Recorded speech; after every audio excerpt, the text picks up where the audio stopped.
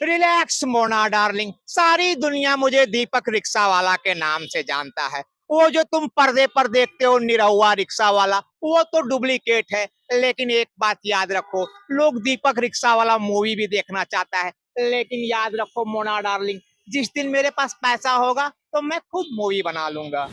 जानी, याद रखो, हम तुम्हें मारेंगे और जरूर मारेंगे, लेकिन वो वक्त भी हमारा होगा, दिन भी हमारा होगा और तारीख हमारा होगा। गेंदा स्वामी, हिंदुस्तान का खात्मा, हिंदुस्तान का खात्मा तो सदियों से कोई नहीं कर सका। ये तो एक ख्वाब था जो ख्वाब ही रह गया। और हमारे हिंदुस्तान में शेर बचे ही कितने हैं, उसे तो हुकूमत भी मारने की इजाजत नहीं देती। पगलेटे हो का? बुढ़वा कहीं का रे बच्चा, ये बच्चा गोदी गोदी कर रहा है, थोड़ा मोदी सुनाई पड़ रहा है। मारेंगे लोल पे के चढ़ जाएगा पोल में। देखिए मैडम, आपको देख लिए हैं, कॉन्फिडेंस आ गया, लागल लागल झुलनिया में धक्का, पहुंच गए कहा, कलकत्ता। ये जो आपका टैलेंट है आखिर कब से, बचपन से है या फिर कब से, क्या है इसका? ना, ये टैलेंट तो बचपन से है। कभी कि मैं 2022 में रातों रात वायरल हुआ और मेरा जो फैन फॉलोवर है, मीडिया वाले ने कहा कि आपका निरहुआ खेसारी से भी ज्यादा चला गया। लेकिन मुझे वो मौका नहीं मिला, मैं जिस चीज का हकदार था।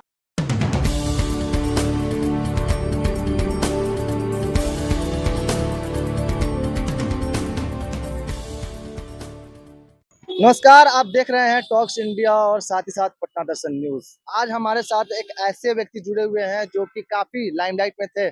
2022 में इनका वीडियो वायरल हुआ था और अपने कलाकारी से, अपनी आवाज के कलाकारी से ये सोशल मीडिया पे नहीं, लोगों के दिलों में भी अपना एक्सटेंशन बना लिए थे। तो आज हमारे साथ जुड़े हुए हैं दीपक जी। सबसे पहले तो अपने बारे में हमारे दर्शकों को बताइए। जी, मैं काफी हैप्पी हूँ। गरीब हूँ लेकिन फिर भी खुश हूँ। लेकिन मुझे इस बात का अफसोस है कि मैं 2022 में रातों रात वायरल हुआ और मेरा जो फैन फॉलोवर है, मीडिया वाले ने कहा कि आपका निरहुआ खेसारी से भी ज्यादा चला गया। लेकिन मुझे वो मौका नहीं मिला, मैं जिस चीज का हकदार था। और मैं यही वो चौराहा है जहाँ मैं 20 साल कंटिन्यू रिक्शा चलाया हूँ, इनकम टैक्स और आर ब्लॉक। और अभी देखिए, मेरे जितने भी साथी रिक्शा वाला हैं सब यहाँ रिक्शा लगा के बैठे हुए हैं। लेकिन अब रिक्शा का पहले जैसा कमाई नहीं है। मैं भी 2 दिन यहाँ आया, रिक्शा चलाया, लेकिन कोई खास अर्निंग नहीं किया। और एक डायलॉग मिथुन चक्रवर्ती के साथ में बोलूंगा ये मोबाइल के बारे में। जी जी, बोलिए। बिल्कुल। अरे वाह, क्या बात है! अरे ये देख, अरे अपन के हाथों में ये जो मोबाइल है ना, ये मनीष कश्यप साहब ने अपन को दिया। लेकिन फायदा क्या हुआ? क्योंकि इस मोबाइल से मैं वीडियो बनाता तो हूँ, लेकिन कमा नहीं पाता हूँ। खैर, मुझे इस बात का अफसोस नहीं है। अरे अफसोस इस बात का है कि जब मैं वायरल हुआ तो मुझे मौका क्यों नहीं मिला। अरे बार बार आप एक ही सब्जी खाइएगा ना तो मन उब जाएगा। अगर भोजपुरी इंडस्ट्रीज की बात करें, खेसारी, निरहुआ, पवन सिंह, अरे और भी बहुत सारे टैलेंटेड एक्टर है। अरे एक बार इस दीपक रिक्शा वाला का मौका देखो। अगर 70 mm का पर्दा हिला नहीं दिया ना तो माँ कसम, मेरा नाम दीपक रिक्शा वाला नहीं। अभी आप बोल रहे हैं कि मनीष कश्यप ने ये फोन आपको दिया था, मनीष कश्यप ही आके आपका वीडियो बनाया जिसमें आप वायरल हुए थे। तो क्या मनीष कश्यप अब आपको नहीं, आपसे मिलते हैं या कुछ ऐसा? नहीं नहीं, मनीष कश्यप भैया तो हमसे नहीं मिलते हैं।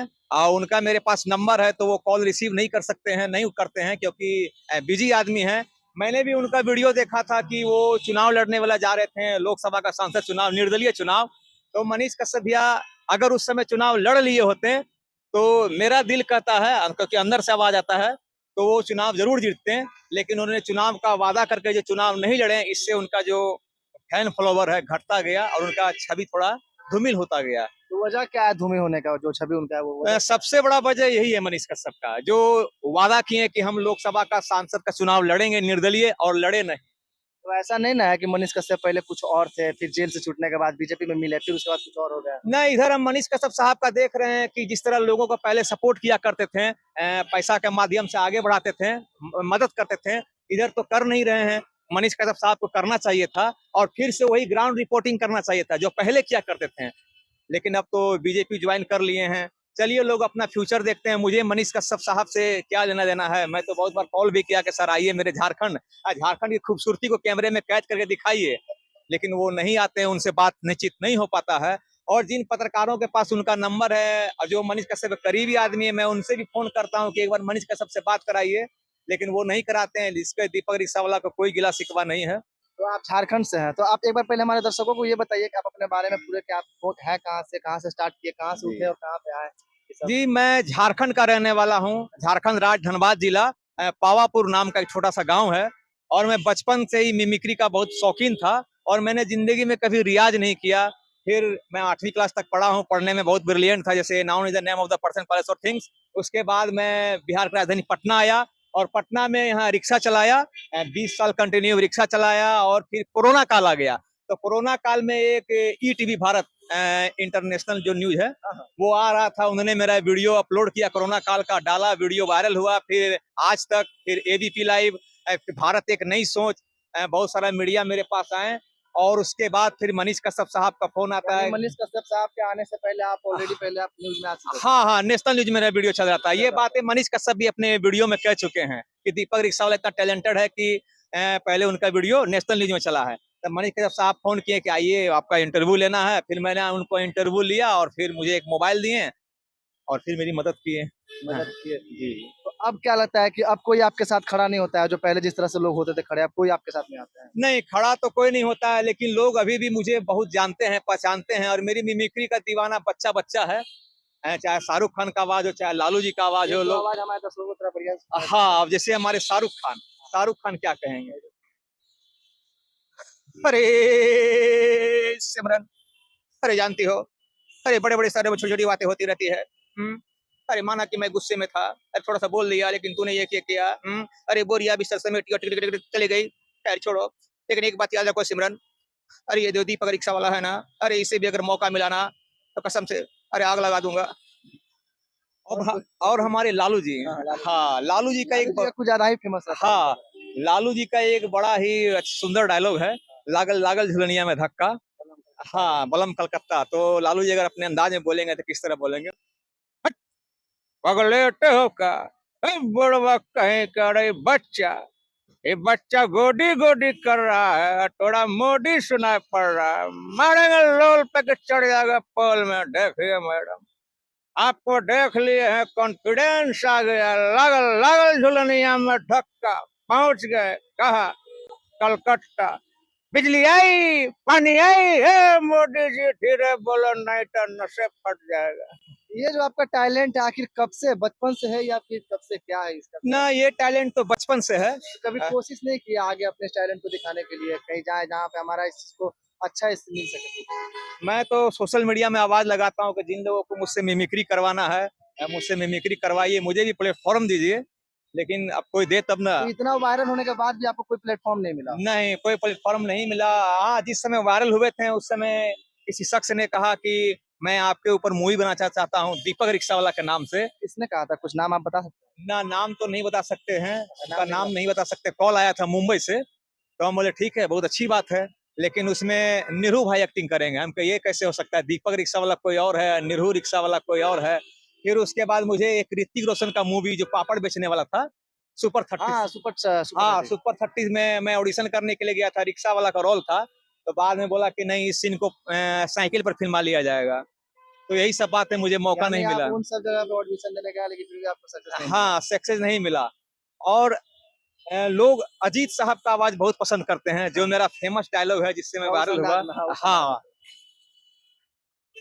रिलैक्स मोना डार्लिंग, सारी दुनिया मुझे दीपक रिक्शा वाला के नाम से जानता है। वो जो तुम पर्दे पर देखते हो निरहुआ रिक्शा वाला, वो तो डुप्लीकेट है। लेकिन एक बात याद रखो, लोग दीपक रिक्शा वाला मूवी भी देखना चाहता है। लेकिन याद रखो मोना डार्लिंग, जिस दिन मेरे पास पैसा होगा तो मैं खुद मूवी बना लूंगा। अच्छा, आपका एक वीडियो हम पहले देखे थे जिसमें आप बोल रहे थे कि जानवरों से आपको काफी ज्यादा प्यार है। हाँ। थोड़ा इसके बारे में बताइए कि जानवरों से जो प्यार करते हैं, फिर उनका अभी जैसे में आपका कमाई उस टाइप से होता है कि नहीं, कि आप अपने कमाई से बचाकर जानवरों का भी आप वो कर सकते हैं? जैसे एक दिन क्या हुआ कि मैं देखा कि बहुत सारे डॉग वगैरह भूख से बिलख रहे थे, रो रहे थे। तो मैं 200 रुपया कमाया था, मेरे अंदर से आवाज आया, तो मैंने 200 रुपया के बिस्किट पार्ले जी बड़ा पैकेट लिया और उन जानवरों को खिला दिया। फिर उस जानवर से मुझसे दोस्ती कर लिया। तो फिर मेरा डेली का टारगेट हो गया कि अगर मैं 700 रुपया कमाता था तो 200 रुपये हर हाल में डॉग्स को बिस्कुट खिलाना है। कभी कभी ऐसा होता था कि मेरे पास पैसा नहीं रहता था, तो मैं दुकानदार से उधार लेकर बिस्कुट खिलाया करता था। अभी भी कुछ दुकानदार का पैसा बाकी है, लेकिन मुझे अभी तक टोके नहीं है कि उन जानवरों को बिस्किट खिलाइए। तो ऐसे ऐसे लोग हैं जो मुझे सपोर्ट करते हैं। तो अभी आपका दिन भर का कमाई क्या, अभी क्या काम करने का आपका साधन क्या है? रिक्शा ही चलाते हैं या फिर सोशल मीडिया से क्या? ना अभी तो भैया रिक्शा चलाने के लिए आए थे, लेकिन इनकम नहीं है। नहीं है। और रिक्शा तो मेरा कर्म है और रिक्शा मेरा धर्म है, लेकिन कमाए हो तब ना। अब आप पटने में देख लीजिए, बहुत कम लोग रिक्शा को पसंद करते हैं। तो कभी कभी झारखंड में मजदूरी का काम करते हैं, बड़ा तकलीफ होता है, बड़ा बड़ा पत्थर उठाना पड़ता है, मट्टी काटने पड़ता है। क्योंकि मुझे भी लोग देखना चाहते थे पर्दे पर, लेकिन मेरा वो सपना पूरा नहीं है। मेरा बचपन का ख्वाब था एक्टर बनना, लेकिन अभी का देखिए भोजपुरी सिनेमा, खाली पवन सिंह, खेसारी, निरहू। अरे भाई, हद हद हो गया। आप बॉलीवुड में बात कीजिए, नए चेहरे को मौका नहीं मिल रहा है। बॉलीवुड की बात कीजिए, अगर शाहरुख खान को मौका नहीं मिलता तो आज किंग खान नहीं होते हैं। सलमान खान को मौका नहीं मिलता तो इतना बड़ा स्टार नहीं होते हैं। सुनील शेट्टी, अक्षय कुमार। मतलब एक बार मौका तो आपको मिलना चाहिए। हाँ, मौका मिलना चाहिए था। तो चलिए सुनील शेट्टी का एक डायलॉग। हाँ। अरे अंजलि, मैं यही कहना चाहता हूँ, अगर मुझे मौका मिला होता तो मैं भी सिने जगत में आग लगा देता। हमारे रजा मुराद साहब, वो काफी परेशान है, रिक्शा का भाड़ा नहीं लग रहा है। तो रजा मुराद साहब क्या कहेंगे?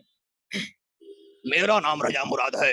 मैं सुबह 6 बजे रिक्शा निकाला हूँ, लेकिन अफसोस की बात तो यह है कि अभी तक एक भाड़ा लगा नहीं। अरे धिक्कार है पटना जिला पर, समझा। एक और ऐसे शख्स हैं जिनका आवाज हर ग्रेड के लोगों ने पसंद किया। उन शख्स का नाम है राजकुमार। राजकुमार आन बान शान के लिए जाने जाते हैं। और सलमान खान को भी उन्होंने कहा था कि तुम्हारे बाप मेरा जूता साफ किया करता था। उनका कहानी सुनिएगा सोशल मीडिया में, बहुत टैलेंटेड एक्टर थे। और दोबारा वैसा एक्टर कभी आएगा नहीं। राजकुमार, देवानंद जैसा एक्टर। तो एक आवाज राजकुमार का, राजकुमार का मैं सुनाना चाहूंगा दर्शकों को, पटना दर्शन के माध्यम से और इंडिया टॉक्स। जी हाँ, कि भारत का ये टॉक्स है, मेरा टॉक्स है। और लोगों की आवाज को हाँ, पहुंचाता है लोग। पहुंचाते हैं। तो पटना के लोग, आप देख रहे हैं मैं रिक्शा चालक हूँ, तो राजकुमार का आवाज, अगर आप लोग कमेंट बताइए कैसा आवाज लगा। क्योंकि बहुत सारे मिमिक्री स्टार हैं जो राजकुमार का आवाज कॉपी करते हैं, लेकिन आवाज नहीं, अंदाज करते हैं। मैं सुनाऊंगा, कभी मैंने रियाज किया नहीं। जानी, याद रखो, हम तुम्हें मारेंगे और जरूर मारेंगे, लेकिन वो वक्त भी हमारा होगा, दिन भी हमारा होगा और तारीख हमारा होगा। गेंदा स्वामी, हिंदुस्तान का खात्मा तो सदियों से कोई नहीं कर सका। ये तो एक ख्वाब था जो ख्वाब ही रह गया। और हमारे हिंदुस्तान में शेर बचे ही कितने हैं, उसे तो हुकूमत भी मारने की इजाजत नहीं देती, समझे। हम तुम्हें ऐसी मौत देंगे जो ना तो किसी कानून के किताब में लिखा होगा और ना ही किसी मुजरिम ने कभी सोची होगी, समझे। आपने सुना, आपको कैसा लगा? आप कमेंट में इस चीज को जरूर बताइएगा। वैसे आप कितने कलाकारों का आवाज निकाले? मैं 100+ बहुत सारे कलाकारों का आवाज निकाल सकता हूँ। जैसे जॉनी वाकर इतना कलाकार है कि मैं क्या कहूँ। मैं, चलिए एक जॉनी वाकर का हो जाए, कॉमेडी स्टार हैं। जॉनी वाकर का आवाज सुना जाए। अगर जॉनी वाकर परेशान है, रिक्शा का भाड़ा नहीं लग रहा है, जॉनी वाकर बहुत पुराने आर्टिस्ट। हाँ, अरे भाई, कम से कम कमेंट में जरूर बताना। अरे आप उनका नाम जॉनी वाकर नहीं, दीपक रिक्शा वाला। अरे सुबह से 6 बजे रिक्शा चलाया, लेकिन साला भाड़ा लगता ही नहीं है। जो भी भाड़ा आता है साला टुक टुक वाला लेके भाग जाते तुम लोगों का। लेकिन एक बात याद रखो, पटना में पैदल रिक्शा न कभी बंद हुआ और न कभी होगा। लेकिन है निरो, तुम्हें शायद मालूम नहीं कि भारत में 2 ही रिक्शा वाला है, एक निरहुआ रिक्शा वाला और एक दीपक रिक्शा वाला। अरे ये जो निरहुआ है ना, वो लकड़ी है, समझ गए?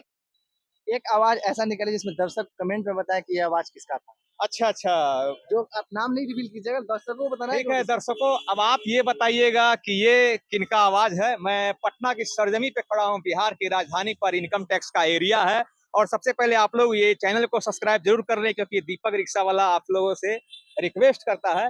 बस आप लोगों को आवाज बताना है। चले को आग कहते हैं, बुझे को राख कहते हैं। चले को आग कहते हैं, बुझे को राख कहते हैं। देख चपड़गंज, जाके श्याम से कह देना कि छेनू आया था, जाके मेरे रिक्शे का 4 दिन का भाड़ा बाकी है। आप भूल गए बिहार के सुपरस्टार शत्रुघ्न सिन्हा को, जो यही कहा करता था कि मैं बिहार की किसी भी लड़की को हीरोइन नहीं बनने देंगे। लेकिन वक्त ने ऐसा करवट लिया कि अपने ही पुत्र सोनाक्षी सिन्हा को सिने जगत में लाया। और आगे क्या हाल है ये अच्छी तरह से जानते हैं। जय हिंद, जय पटना। आपने देखा कि एक वक्त में ये काफी ज्यादा फेमस थे और आज के समय में ये दर दर भटक रहे हैं, ना इनको कोई काम मिल रहा है, ना रिक्शा से इनको उस टाइप का इनकम आ रहा है। कुछ मैं दर्शकों से ये कहना चाहता हूँ कि मैं गरीब हूँ, गरीबी में खुश हूँ, और मैं न मैं दर दर का ठोकर नहीं खा रहा हूँ क्योंकि मेरे पास हाथ है। लेकिन मैं यही चाहता हूँ कि मुझे एक मौका मिलना चाहिए, क्योंकि अगर मुझे एक मौका मिलेगा तो मैं वादा करता हूँ कि मेरा तो बाल बच्चा है नहीं। जी हाँ, मेरा बाल मैरिड बच्चा नहीं नहीं है? है। मैरिड का बात हम छुपा कर रखते हैं। मेरी एक विकलांग पत्नी है जो चलने फिरने में असमर्थ है, तो मैंने उसे सहारा दिया हुआ है, और बाल बच्चा मेरा है नहीं और हो भी नहीं सकता है। तो मैं जो भी अर्निंग करूंगा मैं 100% दान दे दूंगा, लेकिन लोग मुझे सपोर्ट करें, मुझे आगे बढ़ाएं, क्योंकि मैं इतना बड़ा त्याग करना चाहता हूँ, लेकिन लोग मुझे सपोर्ट करें तब ना। मैं यही कहना चाहता हूँ, आप लोग ये नहीं कहें कि मैं दर-दर की ठोकर खा रहा हूँ, क्योंकि भगवान ने अरबों का शरीर दिया है, मेहनत मजदूरी करके खा सकते हैं। और मैं एक आवाज मोदी जी का जरूर सुनाऊंगा, जो हमारे यूपी के सीएम हैं, और बहुत अच्छे सीएम हैं, मैं भी उनका फैन हूँ। तो दर्शकों, आप लोग एक बात याद रखिएगा, अगर मैं आगे बढ़ूंगा तो मैं 100% दान करूंगा। मैं मनीष कश्यप जैसा नहीं हूं कि मैं 100% अर्निंग किया और 25% डोनेशन किया, ऐसी बात नहीं है। तो एक आवाज योगी जी का। हमने कहा था, हमने आप लोगों से वादा किया था कि मेरा बिहार आना जाना बड़ा ही कम होता है, लेकिन जब मैं बिहार जाऊंगा तो एक बार दीपक रिक्शा वाला की सवारी जरूर करूंगा। मैं यूपी का सीएम योगी आदित्यनाथ, और मैं लास्ट में प्रेम चोपड़ा साहब। हाँ बिल्कुल। जी, प्रेम चोपड़ा साहब का लोग मिमिक्री बड़े चाव से सुनते हैं। प्रेम चोपड़ा, तो उनका आवाज सुनना चाहता हूँ। दो तरह का आवाज, मैंने हर आवाज का कलाकार का चेंज होते रहता है। हाँ वो तो कैरेक्टर के हिसाब से हाँ। होता है। मैं शीशे से पत्थर को तोड़ता हूँ, प्रेम नाम है मेरा, प्रेम चोपड़ा। अब कॉमेडी में प्रेम चोपड़ा कॉमेडी करेंगे तो कैसे बोलेंगे? प्रेम नाम है मेरा, प्रेम चोपड़ा।